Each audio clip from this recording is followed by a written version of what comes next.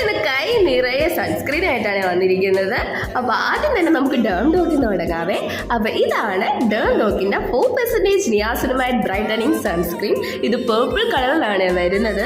സ്കിന്നിൽ അപ്ലൈ ചെയ്യുമ്പോൾ തന്നെ നല്ലൊരു ഗ്ലോ കിട്ടുന്നുണ്ട്. ഇത് ആക്നി പ്രോൺ സ്കിന്നിനും ഓയിലി സ്കിന്നിനുമാണ് കൂടുതൽ സ്യൂട്ടബിൾ ആവുക. ചെറിയ രീതിക്ക് ഒരു വൈറ്റ് കാസ്റ്റ് ഉണ്ട്. അടുത്തത് അക്വലോജിക്കയുടെ സൺസ്ക്രീൻ ജെല്ലാണ്. മോയ്സ്ചറൈസർ അല്ലെങ്കിൽ ഒരു ബോഡി ലോഷൻ ടെക്സ്ചറിലാണ് ഇത് വരുന്നത്. ഒട്ടും തന്നെ വൈറ്റ് കാസ്റ്റ് ഇല്ല. അതുകൊണ്ട് സ്കിന്നിലേക്ക് നല്ല രീതിക്ക് അബ്സർബ് ആവുന്നുണ്ട്. സ്കിന്ന് ഗ്ലോ ആവാനും ഡൾനെസ് മാറാനുമാണ് ഇത് ഒത്തിരി ഹെൽപ്പ് ചെയ്യുക. പിന്നെ ഡ്രൈ ടു നോർമൽ സ്കിന്നിന് ഇത് ഓക്കെ ആണ്. അടുത്തത് ഡെർമാക്കോയുടെ അക്വ ജെൽ സൺസ്ക്രീൻ ആണ്. ഇതും ഒരു ജെൽ ടൈപ്പ് സൺസ്ക്രീൻ ആണ്, പക്ഷേ ഒരു ക്രീമി അല്ലെങ്കിൽ തിക്ക് കൺസിസ്റ്റൻസിയിലാണ് വരുന്നത്. ഇതിനും ഒട്ടും തന്നെ വൈറ്റ് കാസ്റ്റ് ഇല്ല. അതുകൊണ്ട് സ്കിന്നിലേക്ക് നല്ല രീതിക്ക് അബ്സോർബ് ആവുന്നുണ്ട്.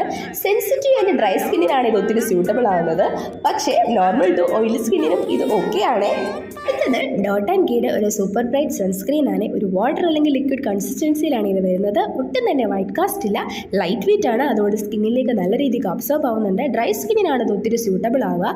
ഏത് സ്കിൻ കെയർ പ്രോഡക്റ്റ് യൂസ് ചെയ്താലും പാച്ച് ടെസ്റ്റ് ചെയ്യാൻ മറക്കല്ലോ കേട്ടോ. അപ്പോൾ അത്രേ ഉള്ളൂ വീഡിയോ. ബൈ.